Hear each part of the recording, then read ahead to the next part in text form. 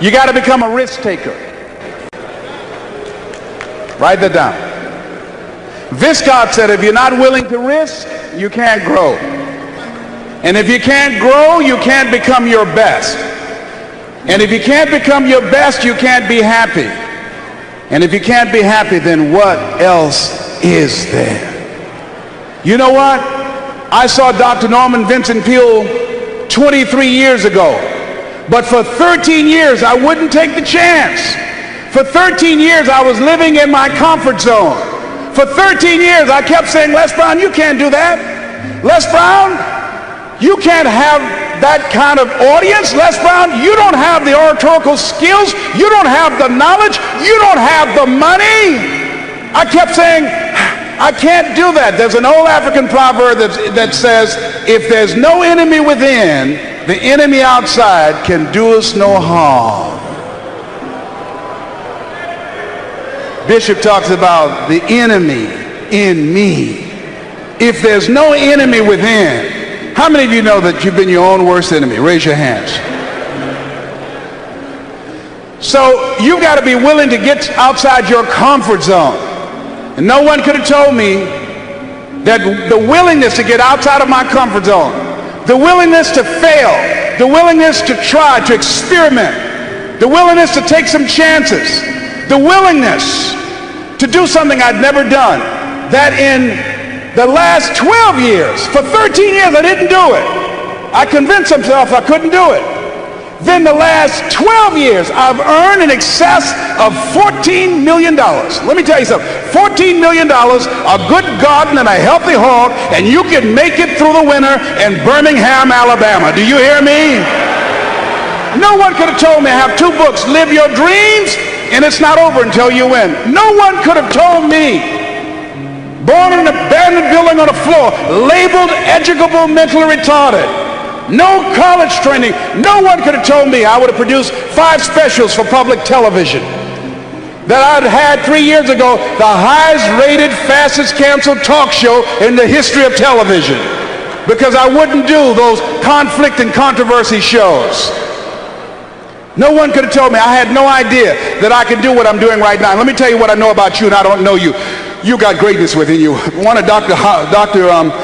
King's mentors, Dr. Howard Thurman, said something one night. I was reading and I couldn't sleep. He said the ideal situation for a man or woman to die is to have family members standing around their bed, praying with them as they cross over. He said, but imagine, if you will, being on your deathbed and standing around you are the ideas, the dreams that have been given to you by life, the talents, the gifts that you've never nurtured, that you never developed, the skills that you never did anything with, standing around your bed looking at you with large angry eyes, saying, we came to you, only you could have given us life, and now we must die with you forever. And the question is, if you died now, what dreams, what ideas, what talents, what abilities, what skills, what books, what sermons, what seminars, what businesses will die with you? Miles Monroe said the wealthiest place on the planet is not in the Far East, where they have oil in the ground. It's not in South Africa, where they have diamond mines. He said the wealthiest place on the planet is the cemetery, because there you'll find dreams not pursued, books never written, songs never sung, sermons never delivered, businesses never erected, talents never nurtured, skills never developed. You survived 1 out of 40 million sperms. You were born to win. God wants you to be rich and wealthy and successful and to live the abundant life. You must affirm that for yourself every day. So as you look at yourself and you look at your life and you look at your circumstances, as you work on your goals and your dreams, here's some things I want to give you. Write this down. Hold yourself to high standards. See, what if Bishop T.D. Jakes had decided when he first received the idea of the Manpower Conference that it could not be. What if he had allowed that idea to die? We would not be here. See, many of you here, you are pregnant with some ideas. I'm telling you what I know. I will leave here this afternoon tonight. In 1 hour, doing what I'm doing now, in 1 hour, I'll earn in excess of $150,000. I had no idea that I had the capacity to do what I'm doing right now. You've got genius in you. You're made in the likeness and image of God. You've got greatness in you. You have some special stuff in you. You showed up with it. So as you look at your life and you decide to become a risk taker, make it okay to fail, to experiment, trial and error. Repeat after me, please. No test, no testimony. Yeah, you're going to face some hard times. When you decide that you're going to commit your life to Christ, you're going to, at that time, go through unadulterated hell. What's the first thing they say when you get on an airplane before they take off? Fasten your seatbelt.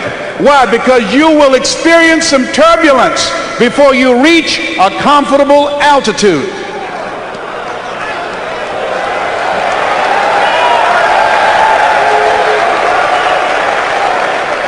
Life was testing me when the man looked at me and said, "You have prostate cancer. Your tumor is too large to have the surgery. We're going to give you radiation seed implants." The most anybody's ever gotten was 90. They gave me 238. I went back 3 weeks ago. They checked my PSA level, which indicates the presence of cancer in your prostate area. 1 to 4 is normal. Beyond that is that you have cancer and it's spreading. When I first went a year ago, it was 6.1. When I went 3 weeks ago at Howard University Hospital, they gave me an MRI, it was 10.5. The guy said, "I'm sorry to tell you this." I said, "What do you mean?" "You're in the same situation that you were in when you came here." Here's something I heard. At Christ Universal Temple Church, at a restaurant, Bishop T.D. Jakes was praying for a lady in a wheelchair.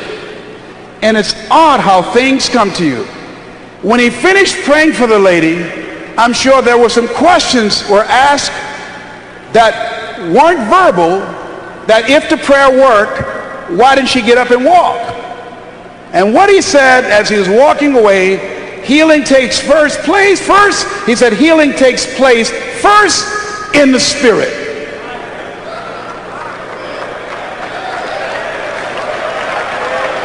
It didn't matter about his numbers. It didn't matter about their diagnosis. Judge not according to appearances. You must have the faith to call forth those things that be not as though they were. Now, do you really believe? See, it's one thing to believe when you got money in your pocket. It's one thing to believe when your marriage is working out and you got your health and your children acting like they got good sense. Oh, it's good to say, "Oh, the Lord is blessing me." It's easy to believe then.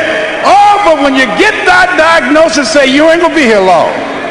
When you lose your job, when someone you thought you'd be with for the rest of your life said, "No, we can't do this no more," that's when you have to stand.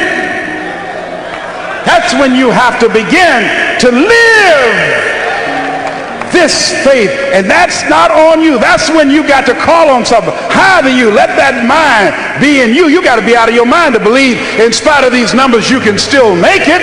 In spite of the pain you feeling, you can still come back again. You got to be out of your mind. That's right. I'm in that Christ mind. I believe it. And not when things are just favorable, not fair weather faith. And you've got to believe that. When you're going out here with your ideas, with your products, with your services, and part of being successful is you got to hold yourself to high standards. I use Bishop Jakes as a model. His people take care of you. He's thorough. Hold yourself to high standards, whatever you do. There's no saying, do not go where the path may lead, but go where there's no path and leave a trail. Treat people with respect. Treat them the way that you want to be treated.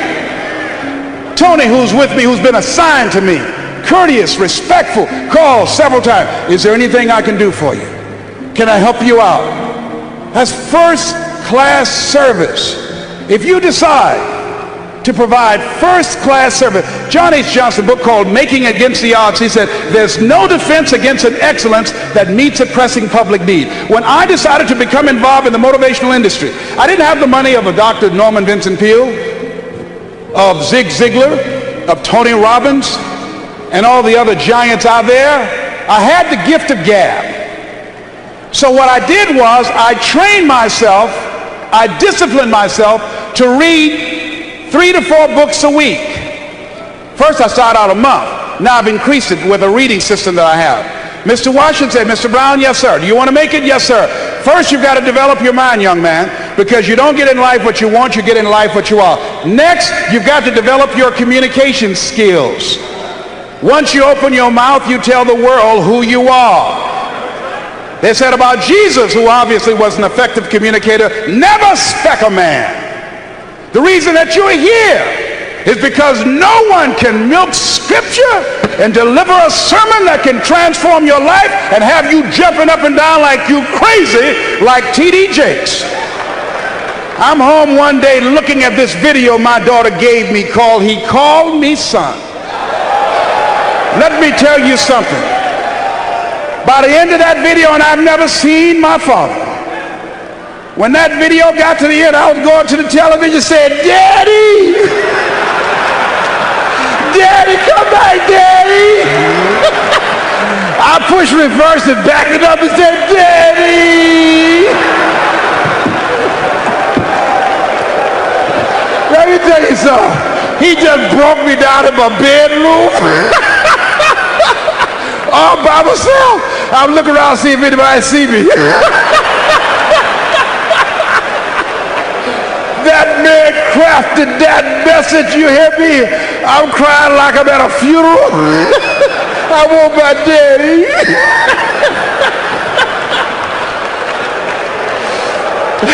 See, that's a gift. You hear me? That's a gift. People use his word anointed. They should not, only place I've ever seen it applicable is in his case. That's the only thing. I mean to tell you, I think I'm a good speaker, but this is a bad boy we got up in here. Words cannot encompass the symbolism of what we have the chance to see up in here. And yet, he's down to earth. I mean down to earth, wear all these little funny outfits he has. I mean, it knocks me out.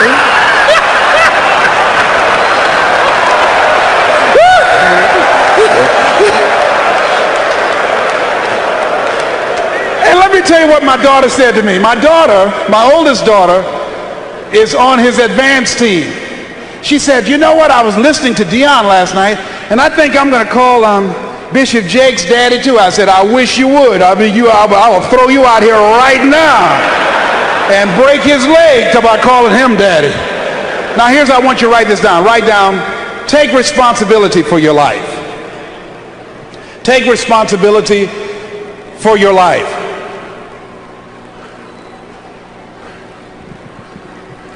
Now that's very important.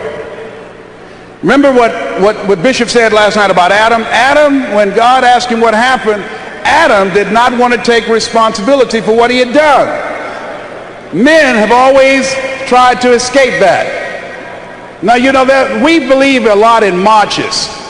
Let me tell you something. Here's a march I like to enroll you on.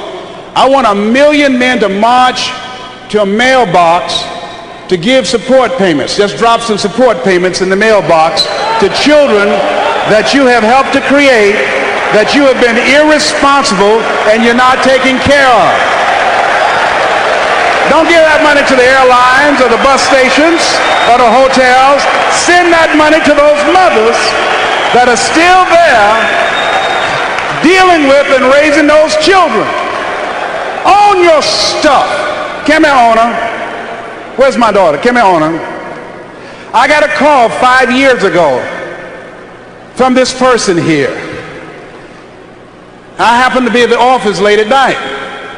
See, I believe in being open and being honest with you. And the call was, tell them what you said to me. I said, if you had a child in this world that you were unaware of, a descendant in this world that you were unaware of, would you or would you not want to know? What did I say? You said, yes, I would want to know. So I told her I wanted to know. And I said, send me some pictures. She sent me some pictures overnight. I saw the smile. I said, that's mine. Sent one of my sons to pick her up. He drove her from Columbus to Detroit. He came in first, said, Daddy, my sister's right behind me. And we've been together ever since. And I'm not ashamed of her. I can't unscramble these eggs and don't want to. But I have to take responsibility that this is my daughter. And I take care of my daughter. Ain't she gorgeous? I'm trying to fatten her up. She got little legs. I'm trying to find her husband while we're here. Got legs so small you can sue him for non-support. That's why she's wearing pants.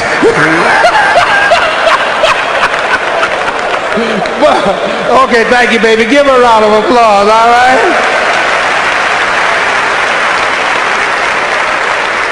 Now, so the reason I'm telling you that we got to start owning our stuff as men. Don't make no big deal. Can you imagine what will happen if 1 million men decide to go to the mailbox and just unexpectedly drop just what you can? Don't have to have a return address in case they're looking for you. You don't have to put that on there.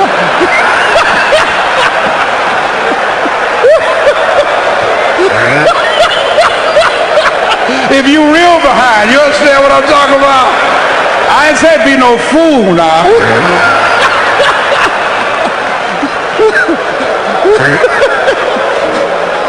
Now, the only reason I can put a return address on this because I have an MBA. Somebody say, oh, I got you. I thought you don't have a college degree. I don't.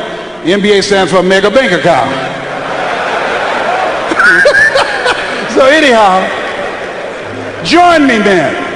Don't tell me, well, I don't like her. She got an old man, or she don't need my money, or the children don't look like me. I went to court in the paternity suit with a friend of mine named Ronnie.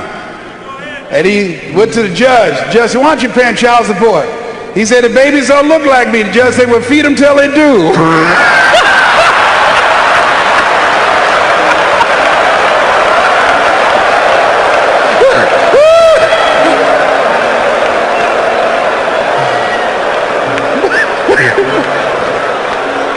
But as men, see, we can't teach our sons to be responsible if they don't see us being responsible, if they don't feel that we care.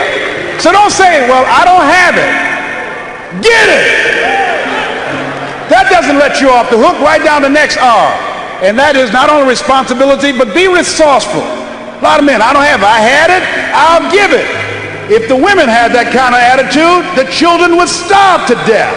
The reason that they eat, the reason that they have some place to stay and to lay their heads and have clothes on their backs, because the women decide, I'm going to make it happen no matter what, and they're resourceful. My mama raised 7 without a man. She cooked. She cleaned houses. Here's something else that will cause you to reach your goals when you leave here. Write this down.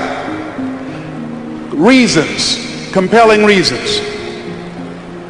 While you're here, when you make this covenant with God, when you decide to live like a conqueror, when you decide to become more successful, to create wealth, to be a change agent in your community, what is it that can keep you on the straight and narrow, that will cause you to keep your commitment to your commitment? I used to do door-to-door sales with a man named Sam Axelrod. Sam Axelrod was intrigued by me because when he came to pick me up, he didn't have to blow his horn. I was downstairs waiting for Sam when he came around the corner. And unlike the men that work with him and other young people, when it got dark and Sam blew the horn, everybody ran to the station wagon. And they would do a head count. And they'd say, who's here? So everybody's here except Les. And they say, hey, Les, come on. No, I'm not coming, Sam. Why? I haven't sold anything. No one sold anything, Les. It's a long run from Liberty City to Overtown. You got to pass the 20th Street Sharks and the 14th Street Gang. The jitneys will stop running soon. I can't stop, Sam, until I sell something. See, my reason for going door to door is different than everybody else. Most people out there are trying to make some extra money to party on the weekend, or to buy a new outfit or a new bicycle. The reason that I was working was to take care of my mama. The reason that I was working is because I was working on Miami Beach with my mother. And she was working for a family called the Sidursky family. And one day when I was outside raking the yard, I came in, and my mother was on the floor, on her knees, cleaning up some grease spots that Mrs. Sidursky had spilt some grease. My mother was 56 at the time. She adopted us when she was 40. And I came in. My mother had arthritis in her knees. And I could hear her moaning at different times when she moved on her knees on this hard linoleum floor. And I said, Mrs. Sidursky, can I do that for my mother and you can have her do something else? She said, if it's all right with Mamie. And my mother said, no, son, that's all right. I said, no, Mama, it's not all right. I don't want you on your knees, Mama. Please let me do it, baby. And I helped my mother up. And Mrs. Sidursky said, Mamie, go in the other room and find that hat I was looking for earlier. And my mother went in the other room, and I heard her clapping her hands. I said, Mama. She said, what, boy? I said, baby, why are you clapping your hands? She said, don't worry, just keep on doing what you're doing. Then after a while, Mrs. Sidursky said, Mamie, maybe it's in the other room. Go look in there. Mama went in the other room, and sure enough, she started clapping her hands again, Bishop. I said, Mama, why are you clapping your hands? She said, didn't I tell you to pay attention to what you're doing? Then at that moment, Mrs. Sidursky came over. She said, I can tell you why she's clapping her hands. I said, why, ma'am? She said, because when I have domestic workers looking for something and they're out of my view, I make them clap their hands to make sure that they're not stealing. I put the scrub brush down and I stood up. I said, excuse me, Mrs. Sidursky.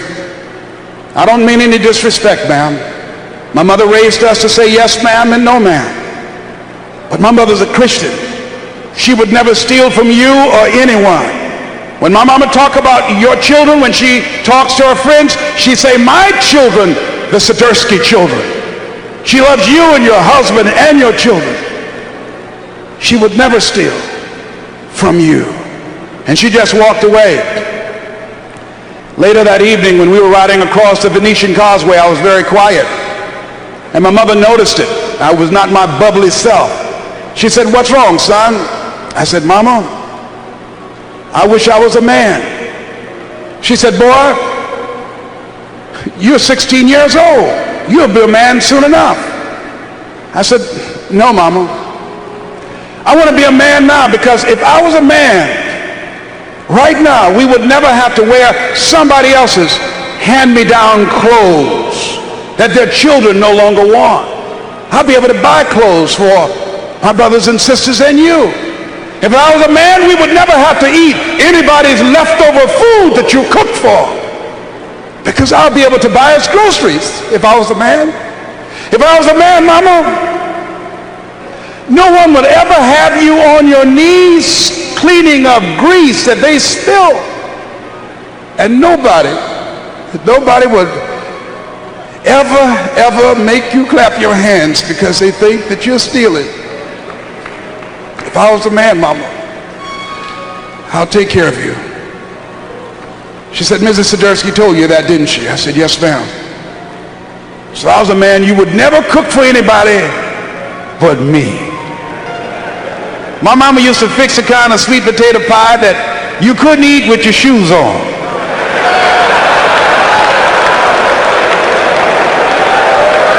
You had to take your shoes off so you can wiggle your toes. And when we would go door to door, sometimes as late as 10 o'clock at night, I would knock on the door. Who's there? Would you like to buy a nice working television set? No money down? Boy, are you crazy? Yes, I am crazy. I'm crazy about my mama, and I'm going to take care of her. And I'm going to sell a television set tonight, and it might as well be you.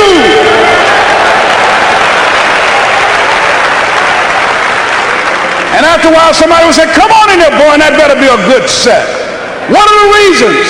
Write down why you're here at this Manpower Conference. Write down 5 compelling reasons of why you're going to keep your commitment to change your life. Keep your commitment never to go back to the life that you once lived.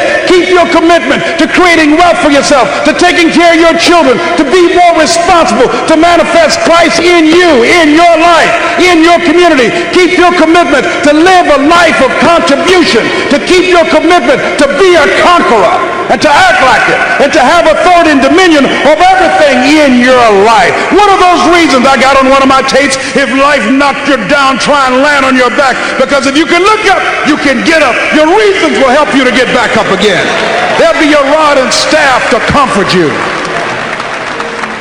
So you got to write down 5 reasons on everything that Bishop is saying, and Bishop Merritt, and all the different speakers, and the relationship seminar that Brother Lewis Greenup will do. How you will incorporate the principles from this Manpower Conference in your life and live them and manifest them and support them. Now here's one second to the last thing. Let us say together, you got to be hungry. Hold it. Mr. Washington, Mr. Brown, what do you want to do? Well, sir, I'd like to be a disc jockey. Mr. Brown, if you want to be a disc jockey, you got to be hungry.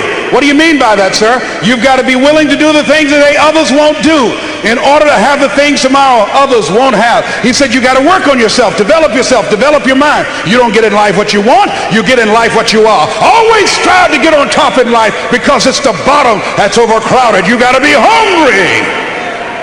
I said, yes, sir, I'm hungry. I want to be a disc jockey, sir. He said, is that right? I said, yes, sir. He said, start listening to Paul Harvey. Start listening to people who are effective communicators. Be conscious of what you're saying and how you're saying it. Because how you express yourself, once you open your mouth, you tell the world who you are. See yourself as a radio disc jockey. Start working to get sponsorship. Start creating the radio format that you want. Start developing your personality. I said, wait a minute, sir. I said, I want to be a disc jockey. I don't have a job yet. And then he quoted Whitney Young. He said, it's better to be prepared for an opportunity and not have one than to have an opportunity and not be prepared. You got to be hungry. So I started working to develop myself and developing my communication skills. I expected to have a radio program, so I created my formats. I started learning how to write commercials and do jingles. And then I came to him one day. I said, okay, Mr. Washington. He said, okay, Mr. Brown, remember, you've got to be hungry. You don't have a college degree. You have no journalism. You have no broadcasting. This is a very crowded field. It's very, very competitive, Mr. Brown. You're going to face no and rejection every day. But if you're hungry enough, the world will make a place for you. So I went to apply for a job on Miami Beach to Milton Butterball Smith, the program director. Hello, Mr. Butterball. How are you, sir? My name is Les Brown, sir. I like to be a disc jockey. You have any journalism in your background? No, sir. You have any kind of broadcasting experience?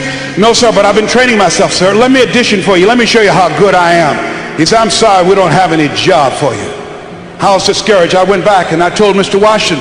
I said, Mr. Washington? They said, no. He said, don't take it personally. Most people are so negative, they have to say no 7 times before they say yes. He said, you got to be hungry. Go back again. I said, yes, sir. Hello, Mr. Butterball. How are you, sir? My name is Les Brown, sir. I like to be a disc jockey. Weren't you here yesterday? Yes, sir. Didn't I tell you no yesterday? Yes, sir. Then why are you back today? Well, sir, I didn't know whether or not somebody was laid off or somebody was fired, sir. No one was laid off. No one was fired. I came back the next day. Hello, Mr. Butterball. How are you, sir? My name is Les Brown, sir. I like to be a disc jockey. I know what your name is. Weren't you here the last 3 days? Yes, sir. Didn't I tell you no the last 3 days? Yes, sir. Then why are you back today? Well, sir, I didn't know whether or not someone got sick or someone died, sir. No one got sick, no one died, no one was laid off or fired. Now, don't you come back here again. I came back the next day talking loud, looking happy, like I was seeing him for the first time. Hello, Mr. Butterball, how are you? He looked at me with rage. He says, go get me some coffee. I said, yes, sir.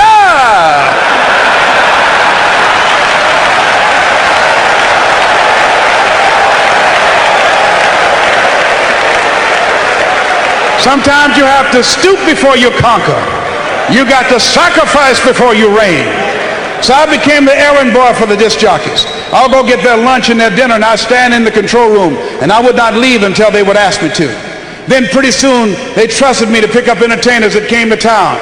Entertainers like Diana Ross and the Supremes and the Four Tops and Gladys Knight. I used to drive them all over Miami Beach in the disc jockeys' big long Cadillacs. I didn't have any driver's license, but I was driving like I had some.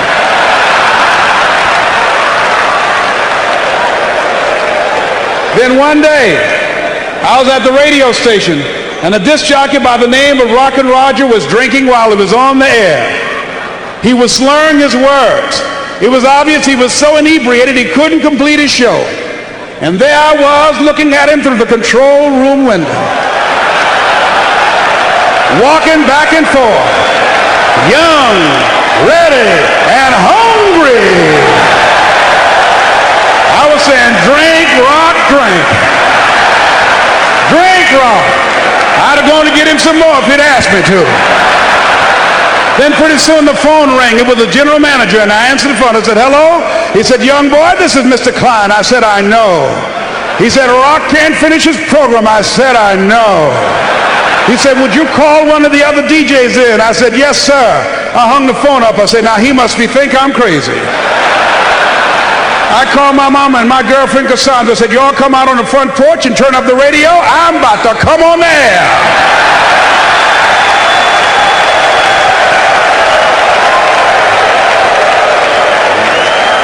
I waited for about 20 minutes and I called him back. I said, Mr. Klein, I can't find nobody. He said, young boy, do you know how to work the controls? I said, yes, sir. He said, go in there and segue the records and don't say nothing here. I said, yes, sir. I couldn't wait to get behind that turntable. I put on a fast record. I said, look out, this is me, LB, Triple P, Les Brown, your platter playing papa. There were none before me and there will be none after me. Therefore, that makes me the one and only. Young and single, love to mingle, certified, bona fide, indubitably qualified to bring you satisfaction and a whole lot of action. Look out, baby, I'm your love man. I was hungry. I was hungry.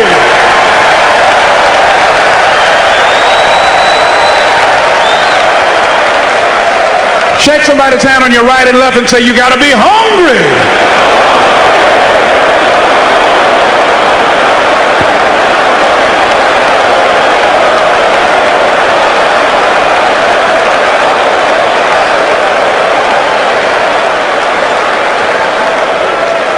There are people who come to this country who can't speak the language and they hit the ground running because they're hungry. The people that are hungry are willing to do the things today others won't do. In order to have the things tomorrow others won't have. The people that are hungry are willing to make it okay to fail. They're risk takers. The people that are hungry are willing to reinvent themselves, to develop themselves. They know you don't get in life what you want, you get in life what you are. The people that are hungry have goals and practical steps that they engage in day and day out. And here's the second to the last principle. Write this down. Repeat after me. OQP. Only quality people. Yes.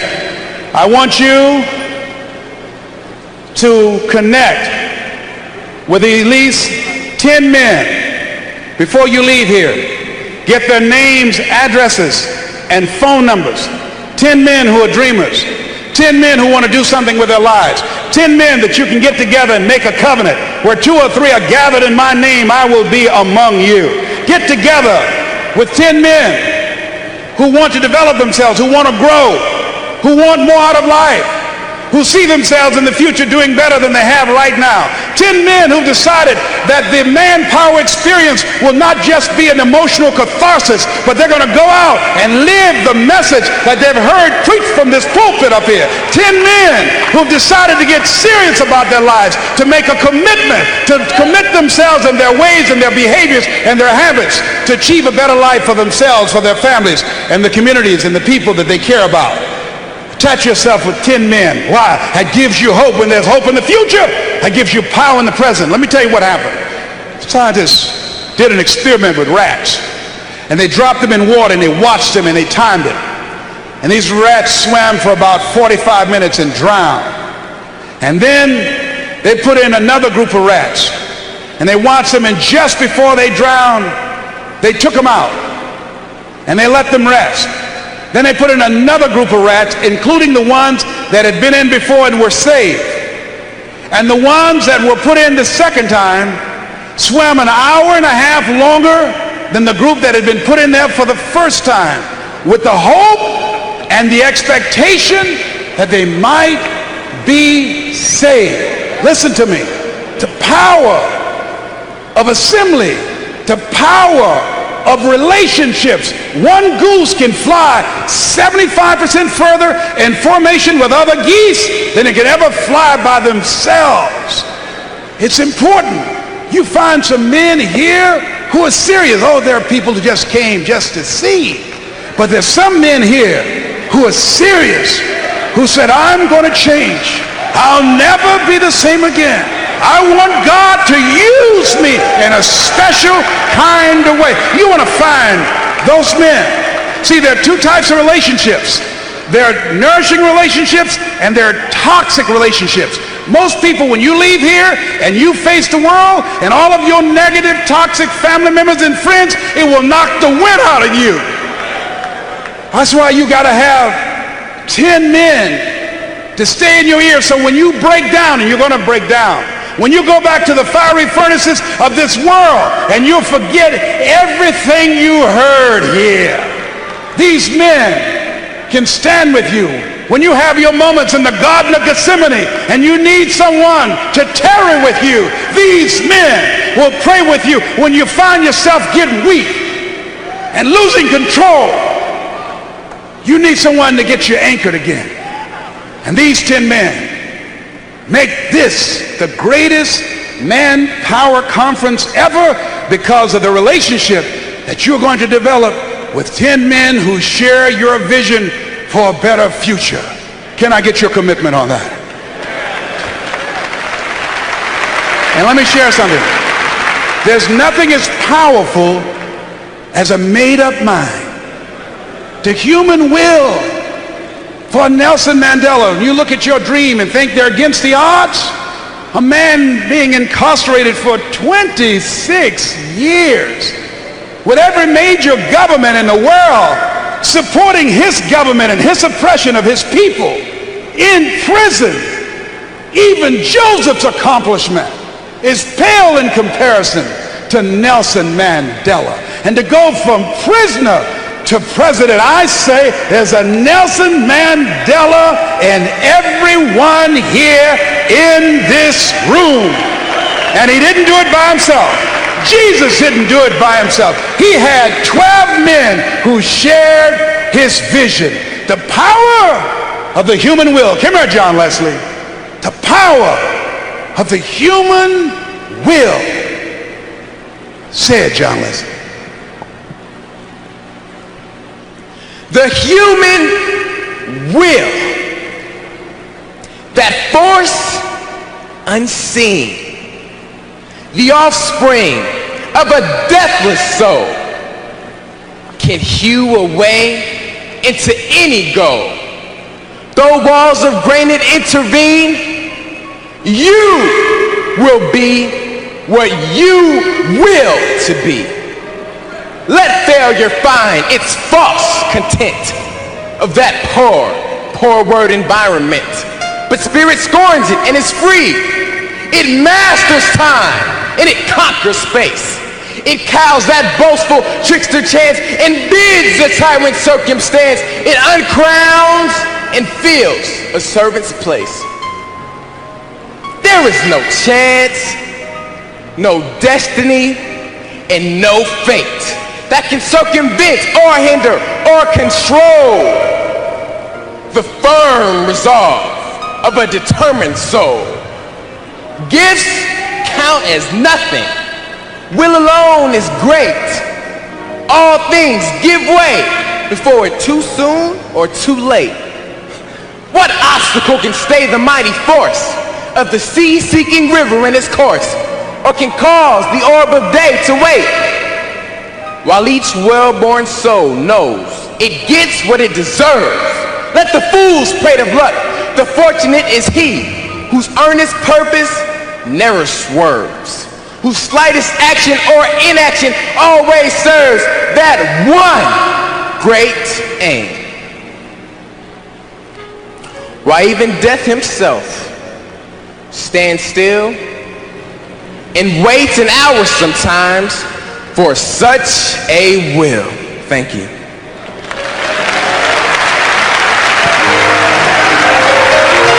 The human will. John Leslie. How many of you have children? Raise your hands. I've got a set of tapes. We have a limited number at my table called Choosing Your Future. Called It's Possible, It's Necessary, It's Hard, It's Worth It, It's Done. These tapes will help you to create wealth, and I'm sharing with you what I've learned that enabled me in the last 12 years to create a multi-million-dollar corporation, but most importantly, to learn some practical steps on how to begin to move myself from poverty to where I am right now. See, many of us, if we knew better, we would do better. Most people are failing not because they don't have the talent, but most people don't know that they don't know, and they think they know. And consequently, they're not open to any new information. So we will be at our table, and I will sign these tapes, but use them with your children. I have 7 children, and all my children listen to tapes. Why? Because we just can't leave our children's mind out here to a lot of this filth and garbage they call rap music, listening to profanity day in and day out. Words are very powerful. There's an old saying, evil prevails when good men and women do nothing. So we've got to give our children some other options. And don't tell your children, just listen to the tape. That won't work. No. Don't give these tapes to people that you care about and say, listen to this. They won't do it. Why? Because of ego. Ego means edging God out. No, here's what to do. Get your children in the car, get on the expressway, and put the tape in. See, I can say the same thing that you say, but because they don't know me, they're hear it differently. The hardest people to reach are the people that are closest to you. And then put the tape in. Don't say listen to it, just put the tape in. And then after that, when it runs out, flip it over and put the second side on. And then pretty soon they'll start listening themselves. A lady saw me in the hotel. She said, Mr. Brown, if I'd known you were here, my God, she said, I would have brought more people. She said, let me tell you something. I did what you said. My son was on drugs, dropped out of school. He started listening to the tapes. He got off drugs. He got back in school, came home one day. He got a decent haircut, took his earring out, pulled up his pants, and took a bath. She said, had I known you were going to be in town, I'd have brought my husband here. So I don't know what your goals are, but we will have this. And also, those of you that are involved in sales, we have a set of tapes called Selling Your Way to Greatness. And other tapes out there that as you listen to these tapes, I guarantee you, they'll change your life. And I'll be at the table, and I'm looking forward to shaking your hands. In addition, those of you that are interested in motivational speaking, let me be your mentor. Let me help you learn how to develop your communication skills, because that's not what I have as a gift. I gave you a health form to fill that out and get that back to us. But those of you that have not had your prostate examination, I want your commitment to protect yourself and your family by getting your examination. And I'd like to thank Bishop T.D. Jakes for giving me this opportunity to spend this time with you. And I want to share this with you. And my saying that this has been an incredible experience for me. Last night he said to me, he said, I want the people don't nobody else want. I said, that's my life. That's why I wasn't born just to teach those who have how to get more. I know what it is to feel inferior. I don't have any college training. And I said, Lord, give me an opportunity. I said, if you help me get this home for my mother, if you help me change my life, I said, I'll help others like me. I'm not wearing any crown. I'm still growing. I'm still developing. when I'm like the woman who said, Lord, I ain't what I want to be, ain't what I'm going to be, and thank God I sure ain't what I was. So I like to leave this with you that I'm known by, that my mother used to love to hear me say, and I dedicate this to you and to the bishop. It says simply this: if you want a thing bad enough to go out and fight for it, to work day and night for it, to give up your time, your peace, and your sleep for it, if all that you dream and scheme is about it, and life seems useless and worthless without it, and if you gladly sweat for it and fret for it and plan for it and lose all your terror of the opposition for it, and if you simply go after that thing that you want with all of your capacity, strength and sagacity, faith, hope, and confidence, and stern pertinacity, if neither cold poverty, famish or gulf, sickness or pain of body and brain can keep you away from the thing that you want, if dogged and grim you besiege and beset it, with the help of God you'll get it. This has been Mrs. Mamie Brown's baby boy, Leslie Calvin Brown, say, go to the top because you are armed and dangerous. Thank you very much.